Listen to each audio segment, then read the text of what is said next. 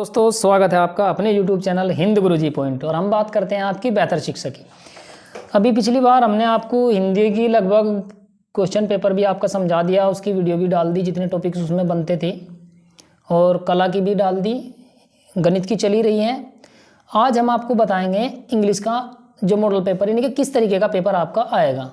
और जैसे कि हम बता रहे हैं कि हम आपकी तैयारी करा रहे हैं, आपके जो 20 नंबर के जो विकल्प आएंगे 70 नंबर के पेपर से, उसकी ही तैयारी करा रहे हैं। तो आज मैं इंग्लिश का आपको पूरा पेपर भी समझा दूंगा और 20 नंबर के जो विकल्प आएंगे वो भी आप लोगों को बता दूंगा कि किस चीज़ के अंदर से आएंगे और कहाँ से क्वेश्चन बनेंगे। तो आइए थोड़ा सा देख लेते हैं अपना जो पेपर है हमारा, उसके बारे में थोड़ा डिटेल से। तो सबसे पहले वही है कि 70 नंबर का आपका पेपर होगा, 20 नंबर के विकल्प आएंगे और 50 नंबर की थ्योरी।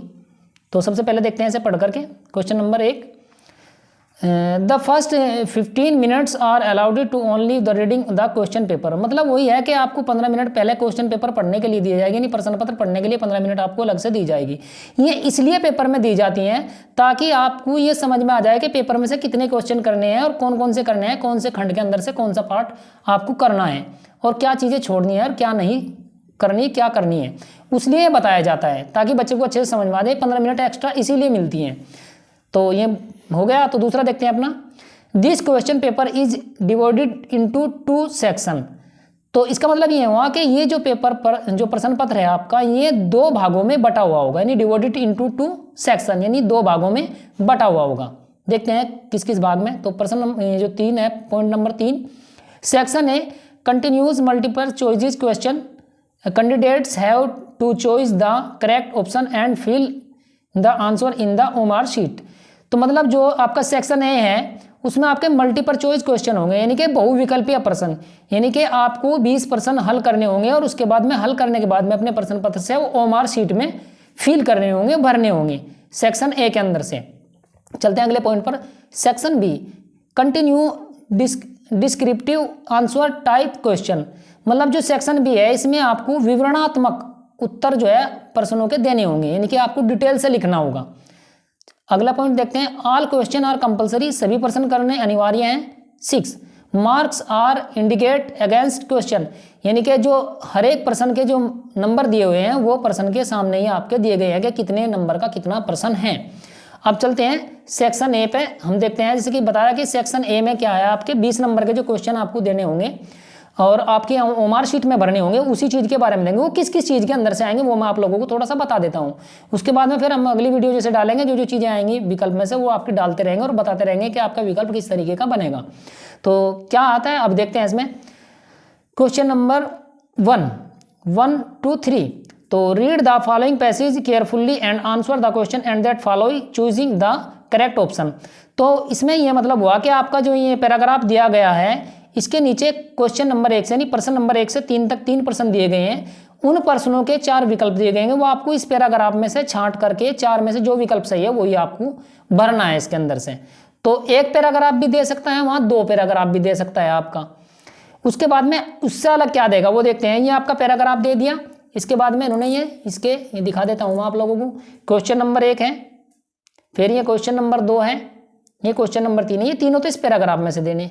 अब इससे अलग क्या देगा वो देखते हैं क्वेश्चन नंबर 4 से और 8 तक। Choose the correct option of the answer the following, मतलब आपको इनमें से जो सही ऑप्शन है चारों में से वो एक चूज कर करके इसमें भरना है, किस किस चीज के अंदर से आता है। चलो 1-2 क्वेश्चन देख लेते हैं। जैसे working call afternoon and have just finished the arrangement. तो इसमें क्या है कि ये पूछ रहा है कि किस टेंस का ये सेंटेंस है और इनमें से कौन सी हेल्पिंग वर्ब इसमें सही रहेगी, कि हैव बीन लगेगी या हैड बीन लगेगी या शैल बी लगेगी या एम लगेगा। तो हमको पता होना चाहिए कि किस टेंस में कौन सी फॉर्म लगती है, कौन सा उसमें ऑब्जेक्ट लगता है। तो जैसे अभी देख लेते हैं इसमें, वर्किंग ऑल आफ्टरनून, यानी कि पूरे दिन काम किया, आफ्टरनून दोपहर बाद तक, and have just finished the arrangements. तो देखो फिनिश्ड का मतलब होगा वर्ब की 3rd फॉर्म आ गई, वहाँ आफ्टरनून दोपहर की बात बता रहा। तो इसका मतलब है कि ये पास्ट परफेक्ट कॉन्टिन्यूअस का टेंस है, क्योंकि वर्क में वर्किंग लग गया, आईएनजी लग गया, वर्ब की फर्स्ट फॉर्म में आईएनजी लगी हुई हो और उसमें यहाँ पे दूसरे हिस्से में इसकी वर्ब की 2nd फॉर्म लगी हुई है कर्ता के साथ में। तो इसका मतलब हमारा प्रेजेंट परफेक्ट कॉन्टिन्यूअस का टेंस है, तो प्रेजेंट परफेक्ट कॉन्टिन्यूअस हमें याद आ जाना चाहिए कि हैव बीन लगाते हैं या हैज बीन लगाते हैं या हैड बीन लगाते हैं, सेल बी या एम। तो एम तो लगता है प्रेजेंट कॉन्टिन्यूअस में, तो ये तो नहीं लगेगा। हैव बीन लगती है आपका प्रेजेंट परफेक्ट में, तो ये भी नहीं लगेगा प्रेजेंट परफेक्ट कॉन्टिन्यूअस में, सॉरी।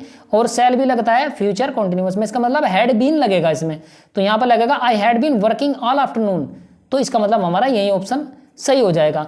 अब देखते हैं दूसरा किस तरीके से। Food the you cooked was very good, तो देखो मैं बता दूं आपको इसमें से विकल्प क्या होगा। नो आर्टिकल्स, कोई आर्टिकल नहीं है, ए आर्टिकल है या एन आर्टिकल है या द आर्टिकल है, तो नो आर्टिकल्स, तो इसका मतलब आर्टिकल तो इसमें है, तो इसका मतलब ये भी नहीं होगा। ए आर्टिकल, ए वहां पर लगाते हैं जहां सिंगल शब्द हो और जो हमारा वोविल से बना हुआ वर्ड ना हो, तो ये भी नहीं होगा।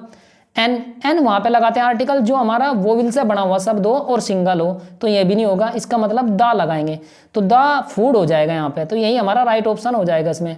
तो दा का प्रयोग हमेशा स्पेशल खाने के लिए या खाने के लिए लगाते हैं, या न्यूज़पेपर के लिए लगाते हैं, फेमस चीज़ों के लिए लगाते हैं, नदियों के लिए लगाते हैं, पहाड़ के लिए लगाते हैं, पर्वत की श्रेणियों के लिए भी लगाते हैं, फेमस पद के लिए लगाते हैं, फेमस व्यक्तियों के लिए लगाते हैं, ऐतिहासिक बिल्डिंगों के लिए लगाते हैं, ऐतिहासिक तथ्यों के लिए लगाते हैं, तो दा का प्रयोग वहाँ करते हैं। तो यहाँ स्पेशल खाना आ गया फूड, तो यहाँ पे दा का प्रयोग होगा, आर्टिकल दा। जब मैं डिटेल से आपको आर्टिकल पढ़ाऊंगा ए एन और दा, तब आपको बिल्कुल अच्छे से समझ में आ जाएगा कि यहाँ आर्टिकल कौन सा लगना था।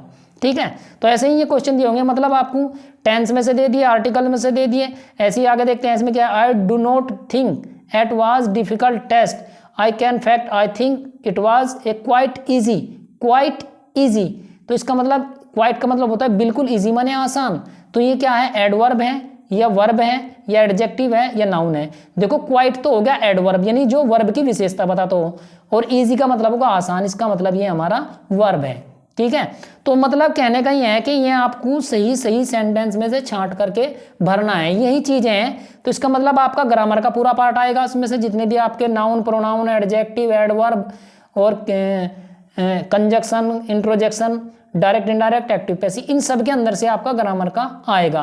वो मैं आपको डिटेल से पॉइंट वाइज एक एक टॉपिक पे मैं आपको वीडियो बना दूंगा, सबकी सब आपको मिल जाएंगे टाइम से ही। आज पेपर पैटर्न समझ लो। तो यहाँ तो आ गया आपका विकल्प में, क्योंकि ज़्यादा लंबी वीडियो हो जाएगी इसलिए मैं थोड़ा सा शॉर्ट कर देता हूँ, आगे क्वेश्चनों को बता देता हूँ किस तरीके के क्वेश्चन आपके आएंगे। चलते हैं अगले पेज पर।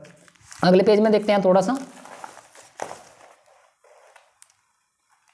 और ये हो गया आपका दूसरा question. Number of question 9 to 10, read the passage given the below and answer the question. ये फिर एक दे दिया इन्होंने, एक पैराग्राफ दे दिया, उसमें से 2 क्वेश्चन पूछ लिए, तो पैराग्राफ में से पढ़कर इनके विकल्प छांट करके आपको लगा देने हैं इसमें से। ठीक है, इसके बाद में देखते हैं फिर क्वेश्चन नंबर 11 से 13 तक। Base in your understanding of the page lessons choose the correct option to the answer the following question.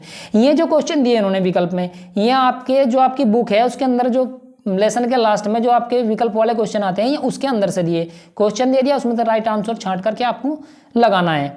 फिर आगे भी ऐसे ही इन्होंने इसमें किस में दिया, question number 14 and 15, read the following extract and answer the question that following.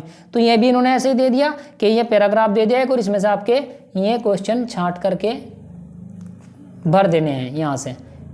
ठीक है, तो यहाँ तक के आपके अभी और रह गया थोड़ा सा, सॉरी वो, अच्छा ये आ गया इसमें, ये 15 तक हो गए क्वेश्चन। अब देखते हैं 16 to 20, question number 16 to 20, base in your understanding the lesson in the book footprint without feet choose the correct option of the answer of the following question. मतलब ये आपका जो विदाउट फुटप्रिंट विदाउट फीट वाला जो part है आपका, second वाला जो बुक हैगी इंग्लिश की पोइट्री, एक तरह से मान लो पहले वाला प्रोज था, ये पोइट्री का हिस्सा आ गया।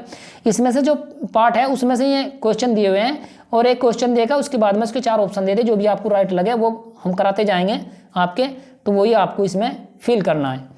आगे चलते हैं, और यहाँ तक के ये क्वेश्चन हो गए आपके 20 कंप्लीट, यानी यहाँ तक का आपका 20 नंबर के 20 विकल्प आपके हो गए मल्टीपल चॉइस क्वेश्चन।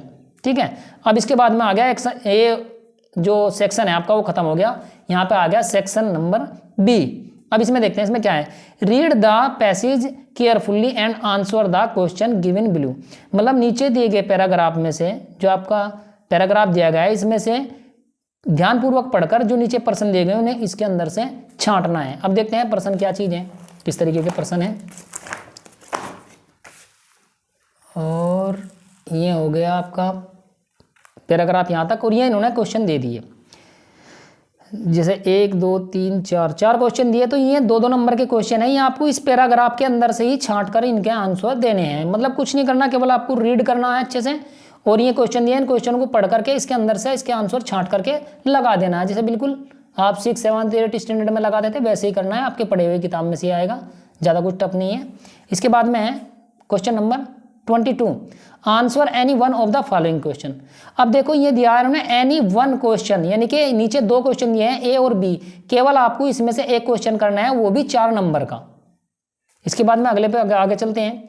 आगे हमारा है question number 23, answer any one of the following in about 18 to 100 words. अब ये नीचे भी 2 क्वेश्चन दिए हैं ए और बी, इनमें से क्या करना है आपको, ये क्वेश्चन जो आपको है 80 से 100 शब्दों के बीच में आपको अपनी उत्तर पुस्तिका में लिखना है, और ये आपका 6 नंबर का है। इस तरीके से मान लो कि ये लॉन्ग क्वेश्चन हो गया और वो पिछले वाला शॉर्ट क्वेश्चन हो गए। यानी आपको पेपर में समझ में आना चाहिए। पता लगा आप 2-2 के चक्कर में लगे पड़े हैं, उसमें से भी 2 में से 1 करना है और इसके अंदर से भी 2 से 1 करना है। ये आ गया आपका फर्स्ट बुक, यानी प्रोज की बुक के अंदर से आ गया।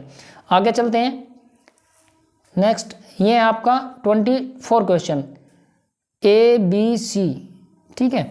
तो ये 2-2 नंबर के क्वेश्चन हैं, ये आपको तीनों के तीनों ही करने हैं, 1 2 और 3, तीनों क्वेश्चन करने हैं ए बी सी डी। ये तीनों क्वेश्चन आपको करने हैं, इनके आंसर आपको देने हैं। चलते हैं आगे, ये आ गया आपका व्याकरण वाला पार्ट, ग्रामर वाला, ट्रांसलेशन वाला। Translate the following into the English. ये आपको एक छोटी सी स्टोरी दे देगा, वो केवल आपको इंग्लिश में ट्रांसलेशन करनी है, ज़्यादा टफ नहीं होती। जैसे भारत एक प्राचीन देश है, प्रेजेंट का टेंस है, इसकी संस्कृति बड़ी समृद्ध है, ये भी प्रेजेंट में है। इसकी छाप अनेक देशों में देखी जा सकती है, ये भी प्रेजेंट का है। यह देश अपने मेलों, मंदिरों, साधुओं और त्योहारों के लिए जाना जाता है, तो ये भी प्रेजेंट का है। हमें इसे प्रदूषण रहित बचाना चाहिए। तो देखो पूरी की पूरी स्टोरी प्रेजेंट में है, तो प्रेजेंट की जाहिर सी बात है आपको present indefinite, present continuous, present perfect और प्रेजेंट परफेक्ट कॉन्टिन्यूअस के आपको रूल नियम उसके अच्छे से पता होना चाहिए, और आपको इंग्लिश पता होनी चाहिए। बस आप ट्रांसलेशन कर दोगे उसकी। तो आगे चलते हैं थोड़ा सा, question number 25, answer the following question in 30 to 40 words each. मतलब नीचे जो क्वेश्चन दिए गए हैं आपको इनको 30 से 40 शब्दों में इसके उत्तर देने हैं, और एक क्वेश्चन का जो नंबर है वो 3 नंबर का है। 2 क्वेश्चन है, दोनों के दोनों ही करने हैं आपको, और 3 दूनी 6 नंबर के ही होंगे, ठीक है। तो ये भी आपका उसी में से ही है, सेकंड पार्ट में से बुक की।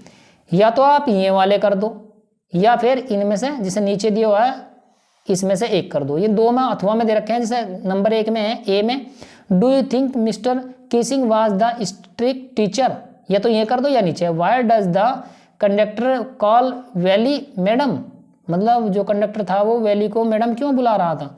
या तो ये कर दो या फिर ये कर दो। ये 4 क्वेश्चन है, 4 में से आपको तो मैं ऊपर वाला नीचे वाला दोनों कर सकते हो।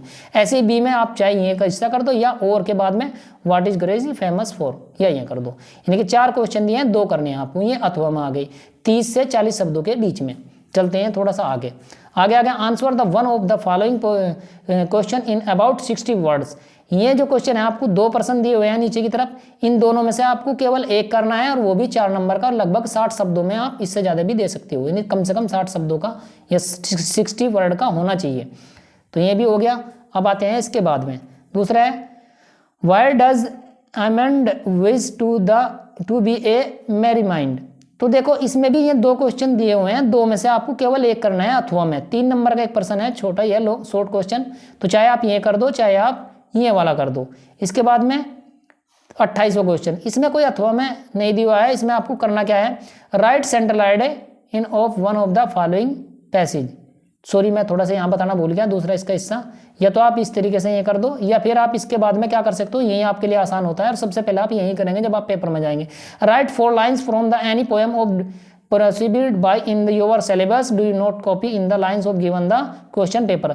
मतलब आप कोई एक कविता की 4 लाइन आप अपनी उत्तर पुस्तिका से याद करी हुई इसमें लिख दें, जो पेपर में ना आपके दी गई हो। तो चाहे आप ये वाला कर दो, चाहे आप ये वाला कर दो। तो मेरा मानना यह है कि आप यही वाला करना।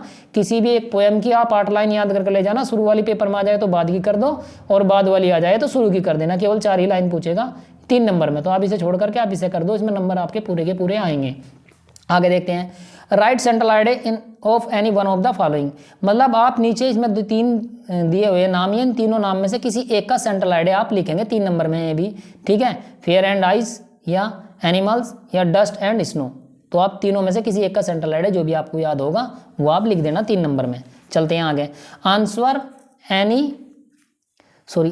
Any one of the following in about 30 and 40 words. अब देखो इनमें से भी किसी एक पर्सन का उत्तर देना है आपको।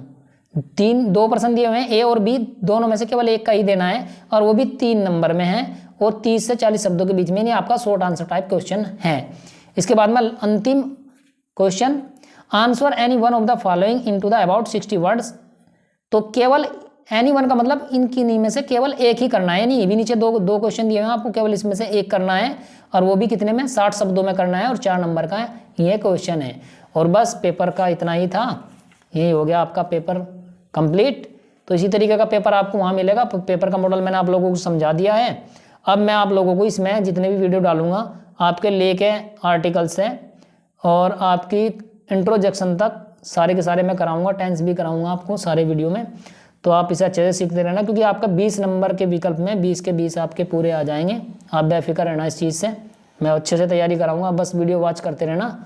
और अंत में इतनी कि जो बच्चे हमारे चैनल पर नए आए हैं वो चैनल को सब्सक्राइब करें, वीडियो को लाइक करें, अपने दोस्तों में शेयर करें, ताकि ज़्यादा से ज़्यादा लोगों को इन वीडियो के बारे में पता चल पाए। और हमारा जो पुरानी वीडियो पड़ी हुई हैं, जो आप लोगों ने जो अभी 1 या 2 वीडियो देख पाए हो, तो हमारी प्ले लिस्ट में जाकर चेक कर सकते हैं। उसमें आपकी हिंदी की कंप्लीट डल गई हैं, मैथ की चल रही हैं, कला की लगभग जितने भी क्वेश्चन आएंगे वो डाल दिए हमने आपको। तो बस आप मेहनत करते रहिए, लगे रहिए, और लास्ट में इतने ही कि सब बच्चे खुश हों, सभी के परिवार वाले खुश रहें। जय हिंद,